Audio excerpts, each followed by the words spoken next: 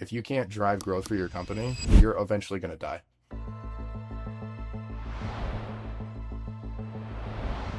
You're the CEO and founder of LaunchOS, marketing firm, marketing company, now having a consulting wing to that company. I came from the sales world and I sold a high ticket info coaching. Dude, a lot of it was from being on the phone, talking to humans, and I took over 4,500 sales calls. What would you say is a good way to start getting in those rooms? I think it really varies depending on your industry, but overall, it's add value. Add value to anyone and everyone that you can, and your reputation, it is absolutely everything. How did you first get that info sales job where you took all those sales calls? How did that job happen? I moved up to Canada with my wife. I didn't have a job at the time, and so I said, we're just gonna figure it out. I was with her in that spot for about 3 months, and the whole time I was trying to find a job. Couldn't find anything. I decided to increase my expenses. I don't condone doing that, but I knew for myself, I just know how I operate. If I put myself in a place where I have some pressure on me, I'm gonna go find a result. Don't stop getting leads. That is everything. And you need to make sure you can fulfill for sure. I say reality's catching up to the work that I've put in. That's my mantra. I like that. You're the CEO and founder of LaunchOS, marketing firm, marketing company, now having a consulting wing to that company. I like to, when I was explaining you to my wife, I said, you are the funnel and marketing young version of Alex Ramosi. Dude, I'm honored. That was and what I love about you is you've taken, and you've talked about it why, but you've taken this new approach to your organic content, which is just unedited, not these highly dopamine hit 30-second reels. It's just you talking for 1 to 4 minutes on a topic. And I've really appreciated that from someone that was in insurance sales, now pivoting to my own podcast company. I know nothing about marketing. So the information that you've been giving for free has changed everything that we've done. So I appreciate that. I want the audience to know that's why you've come on the show. And I'm really excited to learn more about your story. Thank you, man. I'm honored and I'm humbled, and I'm honestly super appreciative that you even asked me to come on whenever I get a chance to speak for, I don't care if it's one person, 5,000 people, I really don't care. I just want to have somebody leave and be like, okay, I can go apply this and I'm going to get value. So hopefully I can deliver that today. We're somewhere in between that 1 and 5,000, Okay. We're not the 1 and we're not quite the 5,000, but we're in the middle. It'll be a really good time. So dude, tell me your start. So I know a little about your journey from your bio. You could start on LaunchOS if you want to be what your company is, and then we could work backwards and what got you here. For sure. Yeah, I like that approach because every time I try to go backwards and start from the beginning, I just go on a tangent. So yeah. So tell us about LaunchOS. Yeah, for sure. So LaunchOS is, the way that I explain it is, we're a full stack marketing company. And that really got birthed from what we did prior. So I came from the sales world and I sold a high ticket info coaching. And I have a lot of thoughts about that space. We can get into that. But ultimately, I learned a lot of what I know now from doing that. And dude, a lot of it was from being on the phone, talking to humans. And I took over 4,500 sales calls. And so during the course of that, I had to basically reinvent myself because I had never been in sales up to that point. And believe it or not, I was very, very, I hate to label myself, but I was very introverted is how someone would say it. And so I had to basically reinvent myself. I had to rediscover, how do I have confidence? How do I speak with these people that are 20 years older than me and still have some conviction to get them to purchase a product that's $10,000, $150,000. So I did that for about a year, and then I ended up leading some of the sales team, scaled that up. But the thing that I got from that experience is I got to see the whole company, holistically. So I got to see, how did fulfillment work? How did client success work? How did sales work? How did marketing work? And I also got to see the gaps, and I realized where we were falling off. And so I tried to be the person that bridged that. And unfortunately, that didn't work too well just because I wasn't in that position for the company. And so what happened is, at the time I was living with my co-founder, Alec, who's now co-founder and CMO of LaunchOS. And he was running some very large NFT projects, very, very big ones that a lot of people would know if they're familiar with that space. And he was doing the social media marketing, he was running the communities, and he was driving millions of dollars for these companies. And so I went to him and I was like, hey, why don't we do what you do? We'll merge what I know now about marketing and sales, and we'll go do this for online coaches. And so fortunately, our first client was Off Lead Athletics, and it was only on the community side. And at the time, they were $100 million a year-ish revenue. And we came in there, community did great. People absolutely loved connecting with other people, getting to go meet in person with these people that they've been connecting with online. And this was COVID. So you got to keep in mind, no one was doing anything. So the online space just absolutely catapulted. And so we did that. And then our client right after that, but by the grace of whatever you believe in, was Brian Johnson. So he had just sold Venmo Braintree, for those that are familiar. And then he wanted to basically dethrone AG1.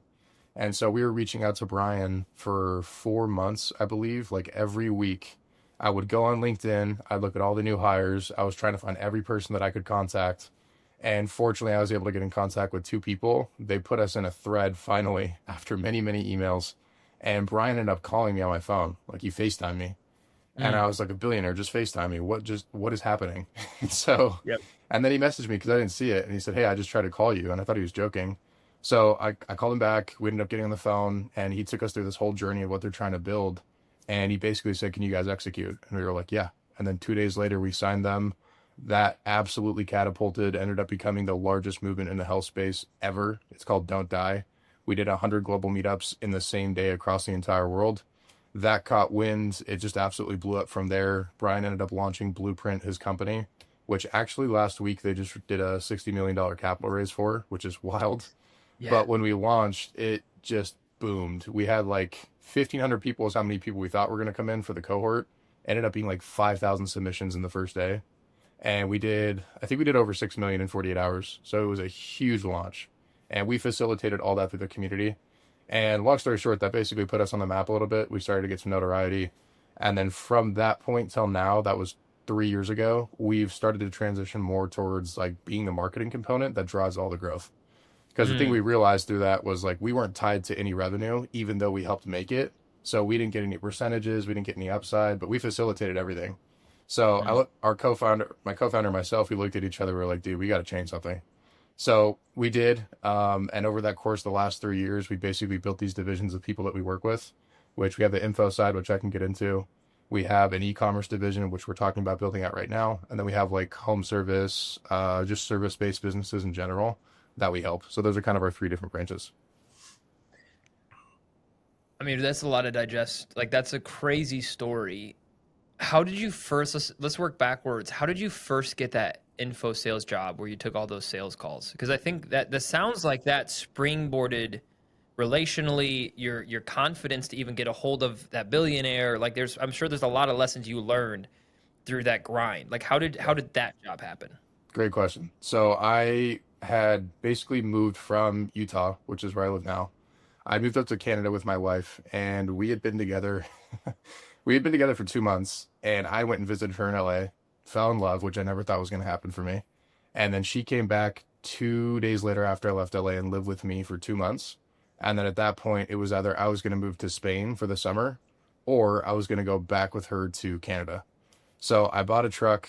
I moved up to Canada. I didn't have a job at the time, just bear in mind. And Yeah. so I said, we're just going to figure it out. So I went and I lived with her, love her to death. She brought me into her home. And I was with her in that spot for about 3 months. And the whole time I was trying to find a job. Couldn't find anything. We moved. I decided to increase my expenses, even though I didn't have a job. So we moved into a nicer spot. And I want to be clear, like, I don't condone doing that, but I knew for myself, I just know how I operate. I was like, if I put myself in a place where I have some pressure on me, I'm gonna go find a result. You're gonna And perform. I'm gonna perform, yeah. And I just know that about me. I know not everybody's that way.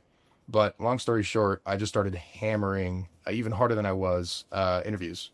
And fortunately, I knew who this gentleman was. His name's Manny Koshman. If anyone's in the car space, they'll know who that is. And I found him on LinkedIn by some odd chance, and I saw that he was hiring for a position. I'd done some sales stuff, but I'd never been in a sales role specifically. It's more like client success and whatnot. So speaking with people, but never selling anything. And so I was like, screw it, I'm gonna do it. So I did it, and I did the same thing that I did with Brian. I said, I'm gonna find the person that's head of the organization because I know Manny's not gonna see my message. I'm gonna add them to the thread. And he saw it, and then he gave me an interview. And I get on the interview, and it was probably 30 people, and I didn't Mm. know that going into it. So I'm sitting in a group of 30 people. I'm the youngest person there. I was 21 at the time. Everyone else was like 30, 40 years old. So right off rip, I was like, oh my gosh, what am I doing? And so we went through that first round. I got a message, second round, I got a message, third round. I ended up getting the job, long story short. And the thing that I loved, I'm looking at a red above me, so if I look weird, forgive me. But there's a book called Awaken the Giant Within by Tony Robbins. Mm-hmm. I read that book when I was 19, completely shifted my life. And funny enough, one of his leaders in his company was on the team for Manny. And so he was the one that vouched for me to get the job. And I was like, what a weird full circle moment. But For sure. I leveraged a lot of the stuff from the book because I know that he knows all Tony's stuff. And I did it almost subconsciously throughout the interview process, and it worked.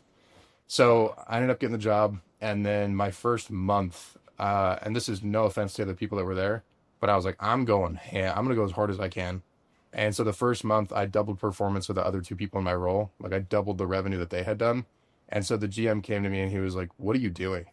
I was like, "Dude, I'm just dialing more people." And he's like, "All right, I want you to start kind of leading this division." And so all the new people that came in for that sales role, I started training. Mm. And then that ultimately catapulted our revenue for a pretty big duration. And then that got the company to a pretty sizable revenue mark. But the benefit that I got is I got to speak to a lot of wealthy people throughout that process. Because bear in mind, our product's 10,000 to 150,000 bucks. So the people that are coming in, these are people that have either sold their company, they have a Yeah. very high paying W-2 job, and they were basically trying to defer taxes and purchase commercial real estate. So I had to educate them on that whole process. But meanwhile, they're like, "Oh, I just sold my company for 20 million bucks, 40 million bucks." Yeah. So So for them, like 100K is like whatever. Right. dude, they don't care. Yeah. Yeah. They don't Yeah. care. So yeah, that to answer your question, that was the journey of getting that position. And I probably shortcut a lot of the process, but that was Sure. the high level overview. So that was a lot of outbound dials too. Like it wasn't, We did was it both. some out, you did both and then inbound. And then that's where you took so many meetings. Um, I think that's a really interesting thing for young entrepreneurs. Like, so I've always been, a little bit about my journey. I started 2018 doing insurance sales, 100% commission, B2B, door to door, knocking on, 20 to 50 businesses per day, right? Like pounding the pavement. That's where I started. And a lot of those lessons just translate into so many different life. Like I'm like, everybody should do sales for a little bit. Like, I agree. any young person I was talking to a guy yesterday on the podcast, like even being a waiter at a restaurant, like just dip your toe in the sales bucket because there's so many life lessons. Like, what do you think was probably the biggest lesson that if you had to pick one that you're grateful for that opportunity that it taught you? Hmm. The thing that came to mind immediately was learning how to not master, but getting as close as I can to mastering confidence. And I think what that really came down to was not projecting the way that I feel onto other people and assuming they think the same thing. Yeah. And a lot of that honestly comes from you showing up a certain way, keeping the promises you make for yourself, staying accountable to what you say you're going to do. And over the course of time, after you stack that, you then quote unquote have some confidence. But dude, Mm-hmm. that took me a year. It took me probably 3,000 calls to the point where I was like, I'll get on the phone with anybody and talk to them. I don't care if I'm young. You can tell me whatever you want to. I'm coming up to serve. And there's a quote actually that really helped me get over this that I hope helps somebody. It's by Wayne Dyer. He said, "Never attach your confidence to your abilities, always attach it to your intent." And so I just I kept playing that back in my head and I was like, is my intent good when I show up on a sales call? Yeah, it Mm. is. And so I was like, I have nothing to worry about. Nothing. How does that go hand in hand with imposter syndrome? Because imposter syndrome is something I personally struggle with a ton, like in the podcasting space. So, like, when I had Danica Patrick on the podcast, I was like, holy crap, like, I grew up watching her race and do GoDaddy commercials, and I'm this insurance guy sitting across from this like world-renowned racer. I don't. I really struggle with, like, I know I've earned it. Like I put in the reps. But then at the same time, there's also the other part of me that's like, dude, what are you doing here? You know what I mean? Like, and maybe that's a Yeah. good thing. Maybe that keeps you grounded and humble. But I do think sometimes, even with my podcast business, even with the things that I'm building, there's always this like, I really struggle with that. I don't know what monster of imposter syndrome. And what you're saying is like, if you focus more on your tent, if your intent's good, like you deserve to be in those rooms, you deserve to be in those places. And like, how do you look at that? Because like, even with the Venmo individual, I'm forgetting the Brian. guy, Brian, Yeah. like that's a massive FaceTime for you, Yeah. right? And it sounds like all of those sales calls got you to the point that you were ready for that moment. Yeah. I think that's a really good way to put it. And I don't think I would have been ready for that a year prior. I probably would have done it, but I wouldn't have shut up with the same conviction that I had, and we probably wouldn't have closed the deal. Mm. And that was actually something that he told us. He said, "I want to work with you guys because I can tell you're new to this space, but you're going to work. And I can tell you speak with conviction, which means you're going to figure it out." And so to answer your question, I think when you go through that mantra of is my intent good, go through why. Like, am I showing up to serve people? Yeah. Do I have any ill will when I come on and I make these podcasts? Mm. Absolutely not. And, you know, you can kind of go through these things and that just starts to stack and be like, all right, well, if I'm showing up to help people, I don't have anything to worry about. I shouldn't feel like I'm an imposter. Like I'm adding value to the world. You might Yeah. not think you are, but you're going to get that feedback from people. Yeah. And I think part of it is also like getting out of your head and just realize like you've also put the work in, you've earned that moment. And then, people are just people at the end of the day. Like, I think that's the thing that I've learned through podcasting because I've talked to, dude, like, so in like 2 weeks, I'm having this guy come on the podcast called Funny Salesman. His name's Kenny Brooks. I don't know if you follow him on Instagram. He's this black dude that got famous for The shoe like stuff? spray. Yeah, yeah, Yeah, yeah. he's So he's great, coming on dude. my podcast. Yeah. He's So he's great. actually from Detroit. Yeah. And so he's coming in studio, like, it's going to be amazing. But, like, that's a full circle moment for me because I remember in college when he blew up. And I'm like, this dude is insane. And now I get to just chat with him. And I remember just telling my wife, I'm like, on one side, I'm like nervous, but on the other side, like I know we've put in the reps, and that's where confidence comes from. Like Mhm. you played sports, right? You played basketball, North Dakota. Yeah. I remember. Yeah, Yep. you played basketball. Like confidence, like when you're gonna go to that free throw line, you know you're ready for that moment because you've shot 4,000 free throws. But if 100%. you shoot 2 free throws, you're not gonna be quite ready for that moment. Yeah, it is. It's reps, but I think the other thing too, man, for me at this point is like I've been around these high performers, whether it's Brian, who's a billionaire, some of our other clients who are very, very wealthy. I just had a conversation, so no one's gonna know who he is, but he coaches Dan Martell, and I had a Nice. conversation with him last week. He's off the radar. Like if I told you his name, you wouldn't even be able to find him. But he is extremely, extremely successful. One of the most successful people I've ever talked to. And Mm. he runs a sales organization, or organization rather, not sales based, but they have over 1,000 employees. He's exited 3 companies. He still runs 2 other companies that are extremely successful. And I just started asking him questions. And I think part of it is like that imposter syndrome never really goes away. It's just how much do you show it on the exterior, Mhm. and also learning to control that. Because as a leader too, the other thing I realized is with our team, if I show up and I'm scared and I'm freaking out, they're looking at me, so I can't show up that way. And not Yeah. everybody has to bear that responsibility, but if you're a leader and you're someone it's like leading the charge for other people and you're steering the ship, you just have to learn how to manage those emotions a little bit differently. Yeah. I asked you this question on TikTok, and I want to ask you this now live. Let's just say for some of this starting from scratch, they don't have any high net worth relationships. They're trying to create some sort of business. What's the method to start getting in the room with more influential people? Like someone that has like, they just graduated from college. Like, what would you say is a good way to like start getting in those rooms and working your way up to that level?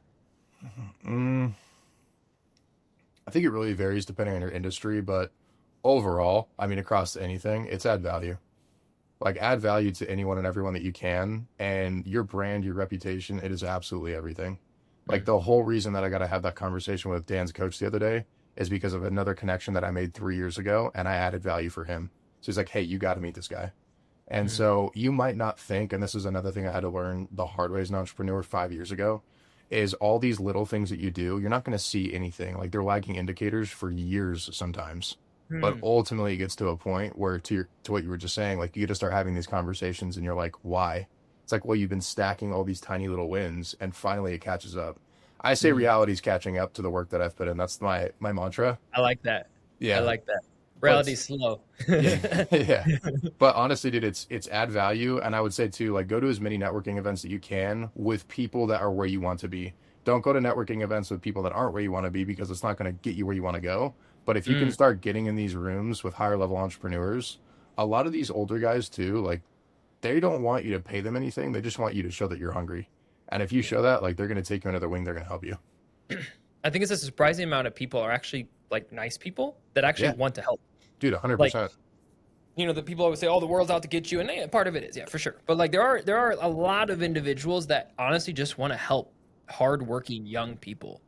And if you said you go in with a giver's mindset, like, how am I going to add value, not take value? Like, I do think, I mean, that's the same with podcasting. It's like with Kenny, the funny salesman guy. I was like, he's like, "Hey, bro, I'm shooting." Dude, the phone call is so crazy. I think your podcast is going to come out before, so hopefully we don't reschedule and it actually happens. But I was talking to him on the phone, and he's just like, "Hey, man, yeah, bro, I'm gonna be going on Rogan soon, and then I'm gonna be hanging out with Ice Cube, and then doing whatever, and then I'm gonna be back on these 3 dates. Which day works for you?" And I'm just like sitting there on the phone, like, what? Yeah, that's you crazy. know? He's going on Rogan. Yeah, That's yeah, wild, man. Good for him. that's insane. Yeah, good. I Good for mean, him. and for him, like he grew up in Detroit, just like 15 minutes away from where I'm sitting now. Grew up in the hood, and then all of a sudden just started going to rich neighborhoods and like Farmington Hills, Troy, doing that spray bottle thing, and it just blew up for him. But the thing really respect about Kenny is he hasn't stopped the grind. So like now he does that same thing for Kevin Hart, Dwayne the Rock Johnson, Ice Cube, and he's like taken this now like iconic thing that he does and monetized it to where like he normally charges like thousands of dollars for a podcast, and he's like not really charging me because I'm local and he's just helping a local guy. I wish I'm like, dude, I can't pay you that, so please. But like it was just he's been a really good dude. But I respect him so much because he's kept the grind going, and Yeah. he hasn't just said I'm rich now. I don't like he's just kept moving. Yeah, and so that was really weird to hear. So I asked him, I was like, okay, so which is a bigger deal for you, the Dillon England show or Rogan? And he just started like dying laughing. Like That's Rogan awesome, maybe man. a little bit. Yeah. That's so cool. So if you had to like look back at your journey, then I want to get into LaunchOS. What's one thing that you know now in entrepreneurship that you wish you would have known when you like started Launch? Like when you started your own company, so you broke off from sales and you started your own company. What are some of the failures and the mistakes that you made that you're like, dang, dude, if I would have known this when I started, my life would have been a heck of a lot easier. Yeah, dude, you ask really good questions, like phenomenal Thanks, man. questions. I'm Thank thinking you. as you're talking. There's so many, but I think the thing I would boil it down to is a big mistake that we made, which is being on there's offense and defense in business. And I think for us, we were so on the offense in the beginning and it worked. And we scaled really quick to like multiple six figures in profit in like 2 seconds. Can And you then, define offense real quick? yeah. What does offense look like? Because I'm Mhm. actually, by the way, like I'm really asking for myself because like I know nothing. This is actually embarrassing. How little I thought I knew about business. Yeah, Because like when you sell, like really quick, just side note, when you sell an insurance product, you literally like you have no control of pricing. You have very little control of marketing. You kind of like just like I worked for a big company with a duck. You can put that together and like what company that is, right? And so like they do marketing on every college football game ever. And so like you just have to sell it and the price is what the price is. And it's kind of like you just have to like show your personality and hopefully a business owner chooses you to do the insurance, right? That's pretty for much what sure. it boils down to. Yeah. And then when I started my own company in June of this year, I was like, oh, I have to price things. I have to like do like I don't know what an automation is. Like I had no idea what an automate like. So when you say offense, are you talking sales calls? Are you talking LinkedIn automations? Are you talking like all of that? Like Yeah. yeah. So the way that I define this is there's two ways. There's only two ways to make money in a business. You either get more customers or you make your customers that you currently have worth more. So for us, we were in the process Mm, of getting more customers. And then once we had those customers, it was trying to refine like how do we increase lifetime value of that customer or average order value. At the time, average order value is what it was because we didn't offer more services other than community management, which was 10,000 a month. But we weren't attached to any upside, so we were capped there. I knew from the beginning that was a dumb business model. But it was something that we had to do to get our feet wet, and it did work. Like we worked with some really notable people in that process, and we learned. But the problem that we ran into is that we got those clients, and then we stopped doing outreach. We stopped doing the thing that worked. I wasn't making any content, so we had no more leads that were coming in other than word of mouth. And then over the course of a year, all that was fine, and we were doing really good. We started hiring people, and then we lost all of our clients in a month. So we were down to nothing. And so that was when this was 3 years ago. And I sat down with my business partner and I was like, dude, we got to completely revamp this. We have to change the structure of the company. We need to build a full stack marketing company.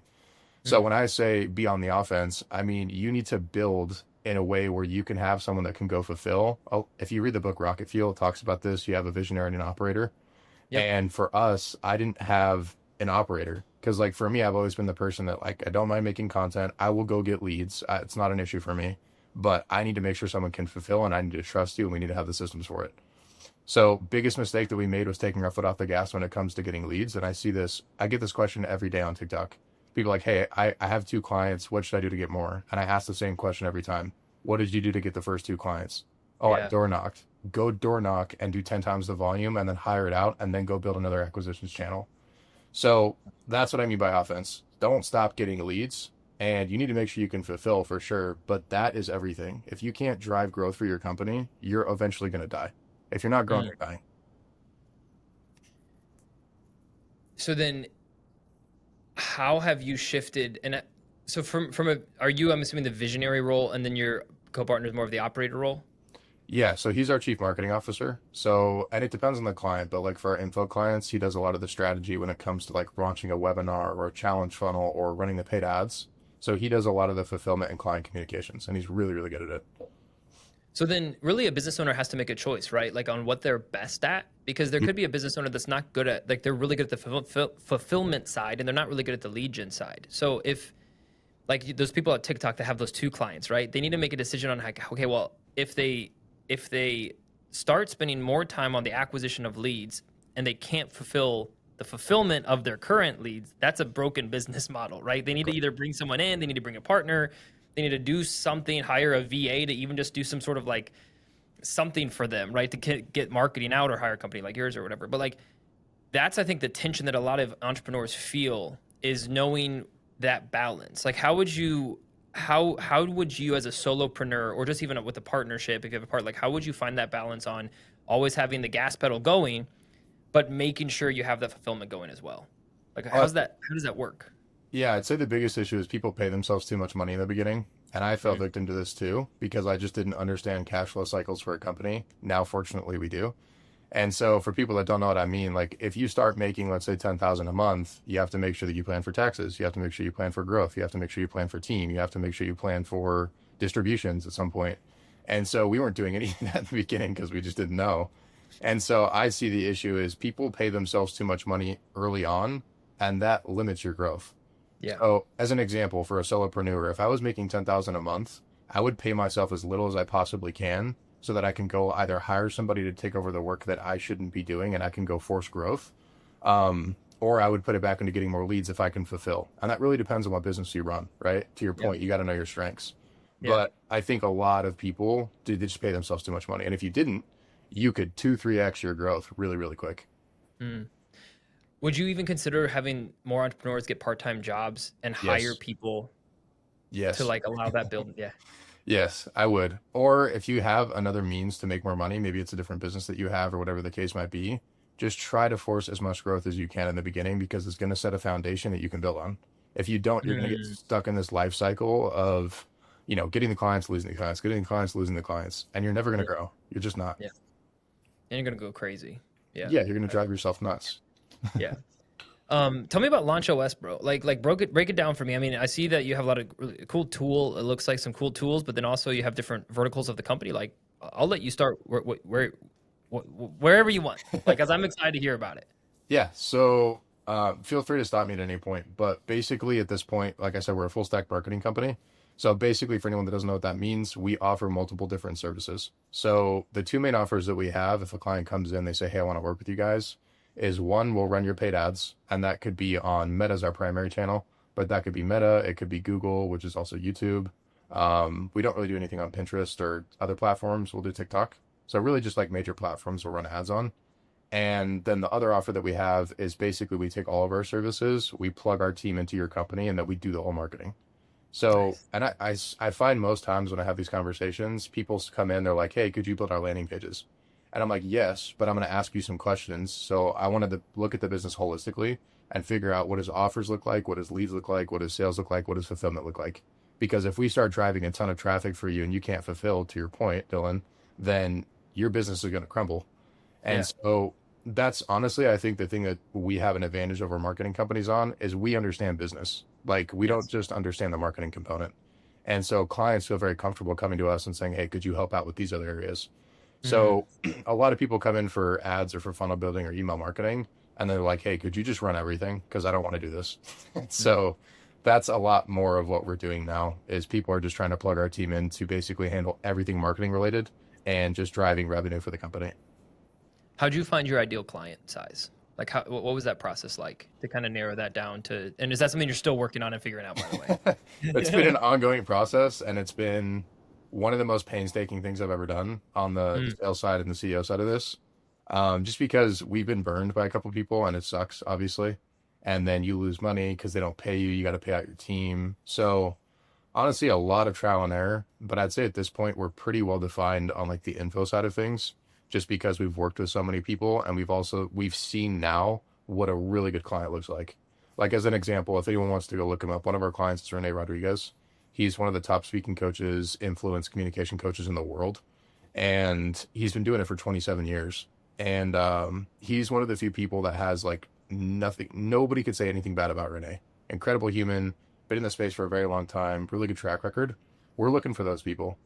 And I think a lot of people right now, they're going after these young info guys that are selling, they're 19, 20 years old selling an info product, and they make good money, but these dudes aren't actually building a company. And so we want to stay as far away as we can from those dudes, and we want to go after real operators, like real business people, and help them scale. So we have to go a little bit further in depth, we have a 23-point checklist. So, so yes, we know who we want to work with.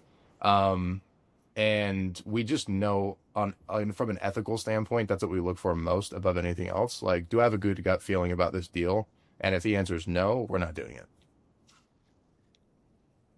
And is that 23-point checklist done on like a strategy call, a free like consultation call, like to figure it out? Or can you just like look at somebody and do that check before even meeting them, talking to them before you even engage? I could probably do like 80% of it without even talking to them, like just going through their funnels, looking at reviews, going to Reddit. Like I can do a lot of research before then. So one of the things you said on TikTok, and this is a Hermosi thing too, and it's something that I've been striving for, is obviously like if you want to make a lot of money in life, you sell expensive things to high net worth people, right? That's like just like this very simple thing. Like you could have one deal for 10 grand a month, or you could have 10 deals for $1,000 a month, do the one deal for 10 grand a month, and do like 10 of those, right? Has that influenced your ICP, like Yes. thinking that way? Because I guess I'll get free coaching from you. Ha, no, I was kidding. So I'll tell you about a little bit about our business and like what we're struggling with, and you can like do a free audit. It would be Caleb Hammer. You know Caleb Hammer, the financial audit guy. Have you seen that guy? Yeah. You can be Caleb Hammer to me. Sounds good. So basically, like I help companies start podcasts. So I've done a podcast, and then like as a result, a lot of local companies in Detroit were like, "Hey, we need help with our podcast," and I was like, "Cool," and started helping all of them for free because I'm an idiot and I don't actually think through it. No, that's a good thing. That's a good thing. And then one of my, are you familiar with EOS, the book called Traction by Gino Wickman? Yeah. I haven't read it, but I've heard of it. Yeah. Must read, by the way. I'd add it to your book collections, book called Traction. Anyway, so like EOS is a way of thinking for leadership teams, and you can implement EOS into your whatever. So I have an EOS implementer. He's been a mentor of mine named Mike Grewley. He's like, Dillon, you realize you have a business here? And I was like, oh, cool. Okay. And I started thinking through it, right? And then when I first started, I was like, oh, I could help like people start podcasts, right? Like, I whatever. And then I realized that people have no money at the like I was like that's going to be like, even $300 a month would be like a lot for the average mom starting a podcast, right? So then we pivoted to B2B. And then I'm learning within the B2B space, there's this massive difference on what affordability is like, because obviously if you're working with a $1 million company versus a $50 million company, those budgets are significantly different. And so we're like really trying to narrow in because big ships turn slowly. So obviously the bigger of the ROI, like revenue of the client, it's going to be harder to land. It's going to be more painful if they leave, especially if they make up too much of your revenue, right? But then we're also trying to get cash flow now. And so that's been the constant battle for us of like how we price, who we work with. What would be some advice for someone like me that's trying to figure out, like, I want those expensive, like I like the expensive contracts. I'd like to have a 10 grand a month retainer, but right now all of mine are 2. Yeah. Like how do you graduate and how do you really like find that sweet spot? I'll ask you a question that Hormozy actually asks us all the time, and I love it. I ask it on my sales calls. What would you like to have happen long term? Long term, I would love to. So our model is proving ROI, that podcasts can bring actual ROI to your company. And we do like guest elite system. So we teach that. Like if I said you can get in front of 52 of your ideal clients each year, what would that mean to you? And we build a podcast, and I actually have a full CRM software that we built out tracking the ROI for the company. Because like nobody actually tracks ROI of podcasting. Everyone just says it. Yeah. But we actually track it.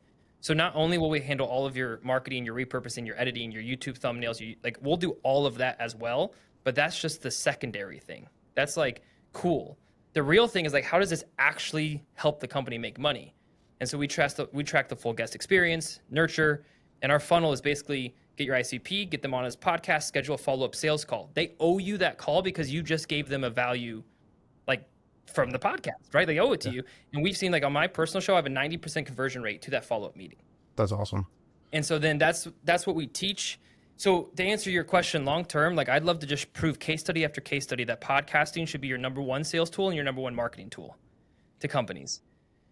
And that we have our average retainer is like $7,000 to $10,000, not $2,000 to $4,000, because I can prove that that investment's worth it. Because then it's like we get 10 clients, we're doing 100 grand a month, we're $1 million company.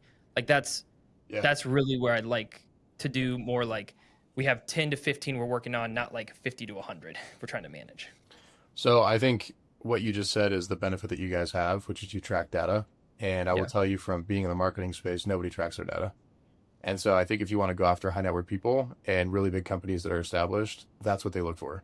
Is like, who is going to give us the clear ROI that we're getting from investing into their services? And if you can prove that, they'll pay it any day. These guys want to make money. Yeah. So I think I would leverage that, the fact that you guys built a software, the fact that you track the entire customer journey, the fact that you can track a clear ROI. And then I would come up with an offer that's an absolute no-brainer for these people to get the 10K retainer. So figure out what that is that you guys can fulfill. But I would nail that down, and then I would start hammering after those people. Because I will tell you, from having closed these larger people that pay us 10K retainers plus rev share, like that is what they need. They need a clear system to follow. They need full clarity across the board, clear data, metrics, things that you send to them on a weekly basis. And that's your leverage. Like nobody else is going to do that in the podcast space. Have you found that there's like an average revenue that those clients are doing minimum, like that, like at minimum, they're 15 mil a year, at minimum, they're 30 mil a year. Have you found like a common theme? Yeah. So on the info side, that's primarily where they do those deals. And we found anybody that's less than 150,000, maybe 200,000 a month, it's usually too much of a stretch to justify. That's not always the case, but I've found sweet spot is usually at like 150 to probably 300,000 or 400,000 a month. Those people are like, yeah, this makes sense. So between like 2 and 7 mil a year, like 2 to 10 mil a year. That's perfect. Okay, that's been a really good spot for us. That's helpful. That's helpful. Sorry, I didn't know you were going to do a full audit on the podcast. This is my trick, Dante. I get free coaching today. Dude, I don't care. I love talking about business. So and I think the thing is, like, just transparently, like, I think people are going to see. I have a lot of business owners that listen to the podcast, and like on LinkedIn, like we do a ton of clips. It goes out to a lot of people, and I think the best thing about as you give out free coaching all the time. This is just like why people want to work with you. It's like you're just establishing credibility in it, and you know it's exactly why I go on a lot of other people's podcasts to talk about. This is actually the first time I've ever talked about my business on this podcast. Dude, I love that. Like I've never done that before. You know, so you kind of you pulled it out of me. Good. I'm glad I did. People miss this all the time, and like when I built my first platform, I grew it to over 400,000 followers on TikTok. And it was completely different. Like it wasn't related to business stuff. And it was the same thing though. I did the same thing. It was like, how do I add value? How do I speak on camera so people can actually make a connection with me as a human being? And then I was like, I'm going to do the same thing, but I'm just going to do that for business stuff. And it works. Like people want to know that you're a human. People want to know you're relatable. They don't want to see everything that's perfect. And people miss it, dude. They miss it all the time. Like the best mentors I've had, one of them I talked about was Pace Morby. And Pace, if anyone's not familiar with Pace, he runs one of the largest real estate info products in the world. And then he also owns a massive real estate portfolio. They own over like 550 million, I think. And he's really big on socials too. He's probably got like 3 million across all platforms or so. But Pace, dude, I learned a lot of this from him. Like I tuned into a YouTube live that he did for 16 hours straight. And then the next week he did one for like 26 hours straight. Just free game. And it's all the stuff that he teaches in his paid, but he just gave it out for free. And that catapulted their company that now does well over 10 million a month. Jeez. Yeah. All info. And I bought from that. So I was like, this clearly works because I tuned into both of those videos. I got a direct response ad. I clicked on his Instagram account and I was like, this dude changed my life. So I paid 10,000 for his product. Yeah. I mean, I joke all the time. Like I just signed a client and I was talking to them about the guest elite thing. And they were someone that was on the podcast and they're like, how do we know this works? I'm like, cause you're buying from me. Yeah. You're here. Yeah. Right. Yeah. Like we were having lunch yesterday and this guy sent me 4 referrals because our goal is so after that, in that sales meeting, you either want them to become a referral partner or a client. That's like the 2 things that we teach, like one of the 2. Like even if they're not going to close as a client, don't leave with no value. Like either have them refer other ideal clients on as guests or whatever. So he sent me 4 referrals. And he was saying, he's like, Dillon, you speak with such confidence. Like, how do I know this is like actually working though? I said, Davis, because we're having this conversation right now and you're sending me 4 referrals. And he literally goes, oh, You're living I'm like, proof. yeah, like I'm like, Dave, I love you, but you did go through a conversion funnel. Like, I love you, by the way. Like, it's a real relationship, but like, you know, that podcast that you came on, like, that was the credibility piece that we were having this conversation today over Thai food, which, by the way, I've never had Thai food. I've had Thai food like twice. It was incredible. Dude, it's I don't amazing. remember the last time I've been absolutely just like, in like Ratatouille, when he Fix the like takes butter. bites of those and it's like, yeah, dude, I had pad Thai. I don't think I've ever had pad Thai before, and it was so Very good. good. Very good. We have Yeah, actually that's one of the things in Utah that's phenomenal. I don't know why. really. Yeah, we have a lot of really good Thai places. Don't you guys have like slushy something? Like, I saw on TikTok there was some like it's almost like slushy stands or something. It's like a Mormon Oh, thing. Swig. Yes. It's a soda spot. Yeah. We have a bunch Yeah. of them. We've got What is twisted that? sugar. It's I don't drink soda, but basically it's a soda spot and you can go and like pick whatever you want to put in it so you can get flavors added to your soda. And then you can get like That's it. specific creams and then they do cookies and brownies and yeah, Yeah. What's the diabetes rate in Utah? it's very high. It's very high. Yeah. Yeah. Right. Very high. Like, But that's there's kind of there's two sides to it. Like Utah's very active. Like I wish I could show you behind me, right. but I live on a mountain. So like all behind me is just hiking and mountain biking and like it's beautiful. So there's both Yeah. sides for sure, but yeah. So it's just like the constant battle is like you're just like fighting off diabetes with every height you take. There you go. You're just like, Yeah. yeah, yeah, Yeah. that's It's in equilibrium. yeah, right. You just got to make sure you hike up a mountain. Yeah. That's what you instead of an apple a day, it's a hike a week. There you You go. know, Yeah. yeah, Easy peasy. keeps the insulin away. That's Yeah. great, dude. That's awesome. Well, man, this has been an absolute pleasure. I wanted to ask you one more thing because you say this phrase a lot on your videos. You say a mentor taught me or someone taught me. It sounds like you've had a lot of people that have poured love into your life, a lot of people that have been more successful than you that have poured love into your life. If you think back through the most impactful mentors in your life, who was it and what did they say that completely changed your trajectory? I feel like I've learned different things from each, which is honestly what I encourage everybody to do. Like find mentors that can help you with different things, like a spiritual mentor or a financial mentor or whatever. And I'd say some of the most impactful, my grandfather was a big one for sure.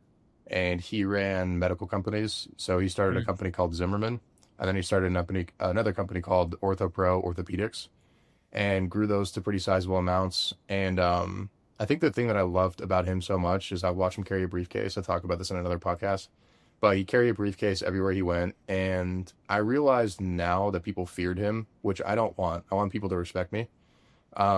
But people really did fear him because he was a scary dude. Like he was an avid fisherman, hunter. He was in the Navy. He was a paratrooper. Like he was that guy. And mm, so he was one for sure. That was the first one I looked at. I was like, I know I want to be an entrepreneur just from watching him. And he got me to like touch money really early. And that sounds kind of like a weird sentence, but yeah. he would give me basically in his office, he had this drawer that he would pull out and he would just put cash in there and like change every week. And he'd be like, Dante, he called me Dante, say, Dante, come over here. And I would clear out the whole drawer. It was like $400. And he'd let me do that every month or two. And so I was like, wow. And I would stack all the bills and I'd make them crispy. And so that got me to understand money like at a young age. So I'd say my grandfather was one. And then, dude, I've had so many over the course of the last like 5 to 10 years.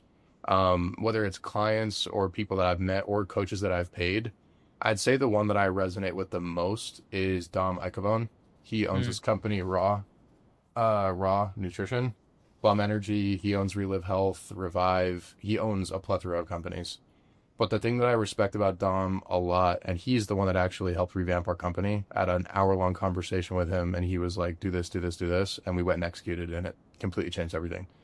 mm, But he's just honest, bro. Like he's raw, he's authentic, he's real, and he's also a really good leader. But he also says like, "I'm not perfect," and he mm. documents the whole journey. Like he's showing what it takes to run a $400 or $500 million portfolio. And so I love that. I've learned a lot from Alex. I've never had personal coaching from Alex, but in terms of marketing, I mean, dude, I don't know if I've learned more from anybody else than Alex when it comes to marketing Mm. and like growing a company. Yeah. So I've had a lot, but yeah, I would say Dom, my grandfather, and probably Alex, even though he's not been a direct mentor, I've learned a lot from. You sound like a kind of person that enjoys asking questions and enjoy learning. Like you obviously carry yourself with confidence, but you also have a lot of people, like I hear you say, just had this Zoom call with this very successful person, and like, who taught you to be this learner? Like, who taught you that, like, to pursue knowledge and keep trying to ask questions to people more successful? Is that something that just kind of happened through your journey, or was this like a moment of with a mentor that's like, hey, like, keep learning, Dante, like, don't stop? And how'd you get to this point where you're just so hungry for information from people more successful than you? Yeah, honestly, I've had it from a young age. I don't know why. I really can't say what it was, but I've always been very curious. And I think most humans are. We just kind of get bred out of that. And so I'd Mhm. say don't ever lose that. Like, always ask Yeah. questions, learn from people more successful than you. And I think the reason people don't do it is ego. It's like they don't want to look stupid. Yes. And dude, I've been Yes. there. Like all the way up until I was probably 18, I was a very different person in terms of like that. Like I Yeah. thought I knew everything. I didn't want to put myself in positions where I knew I'd fail. Now I'm opposite. I'm like, how can I fail as fast as possible so that I can learn? Yeah. So I'd say it kind of inherent, unfortunately. I wish I had a better answer, but No, that's a great also answer. I've also learned from the people that I've watched because all these really successful entrepreneurs that I talk to that are worth 200, 500 million, whatever, they are always learning. Like they have mentors, they have coaches, they have retreats they go to every year. And like the process just never stops. Yeah. So I've realized that from watching these other guys and gals. Yeah, our slogan for the show used to be "Ask Dumb Questions," right? Because like I think it was Jordan Peterson that said something like, "You have to be willing to ask the dumb question." Because if you, I mean, it's so easy with egos. Like if you're talking to a CEO, like earlier, I'd ask you clarification on a couple of things. Why? Because if I don't understand what you meant, there's most likely my listeners didn't understand, and I For need sure. clarification. But if you, and it is 100% ego, bro. It's pride. It's not wanting to seem like the dumb person in the room. But if you don't understand anything, you are the dumbest person in the room. So Yeah. you have to be willing to ask those dumb questions, those simple questions, those clarifying questions. And a lot of times people will appreciate it because it shows that you're engaged. It shows Yeah. that you're active. And it's actually not embarrassing at all when you start practicing that in No, practicality. and dude, like people that you, myself, that people respect, they love when people ask those questions. As long as they're Yeah. intentional and they're thought out. These dudes are like, wow, like you asked me a really good question, and I was like, dang, I really thought through that. So Yeah. it's appreciated. Like people are never gonna be like, hey, you're an idiot for asking that question if it's a good question. Yeah. Right. And even if it's simple, like even if Yeah, it's just something you're like, hey, I'm trying to follow along, but I'm stuck here. It just shows that you're actively caring about what they're saying. Like 100%. no one's gonna be like, even if it is elementary, that's okay. Like they want you to get to where they're trying to get you to. And if you're 100%. not honest, like no one appreciates that. But I bro, agree. this has been, I mean, I feel like we could talk for another hour, but I want to Easily. honestly like keep your time because I know you're running a company. I want to just ask you, where can people find you? I know on TikTok, whatever, but like promote what I gave. I want my guests an opportunity to promote whatever they want. So where can people find you? What do you want to, anything you want to promote particularly? And then we can wrap up. Yeah, for sure. Well, I want to say thank you too. Thank you for having me on, and thank you to anybody that listened and took the time. I know I ramble sometimes, so I appreciate you. Um, yeah, if anybody wants to find us, I'd say the best spot is probably our website, which is launchos.ai. Probably a www before that. It should pop up though if you just put LaunchOS. And then you can find me on TikTok. It's Dante. I don't even know actually. That shows you how much I pay attention. I think it's Dante Brunelli _2. I think If, it's right. I'll yeah. double check right now, but I'm Okay. like 90% sure that's right. Cool. And if you go there, our website's linked. So if you go to that, you'll take a look at all of our services and what we do. And yeah, I mean, if anybody needs help with anything, like please feel free to reach out to me. I'd say the best spot to do that would be either through TikTok, or honestly, dude, if anyone wants to text me, I don't want to give them my number out. I don't typically do that, but if anybody's serious and they're like, hey, I need help with XYZ, it's 801-347-9751. That's my personal cell. So feel free to shoot me a text. Perfect, brother. And it is Dante Brunelli _2, and we'll make sure that link's in the description. And yeah, we're gonna be chatting off air too because I have some questions for you. And guys, thank you for listening to this episode of the Dillon England Show.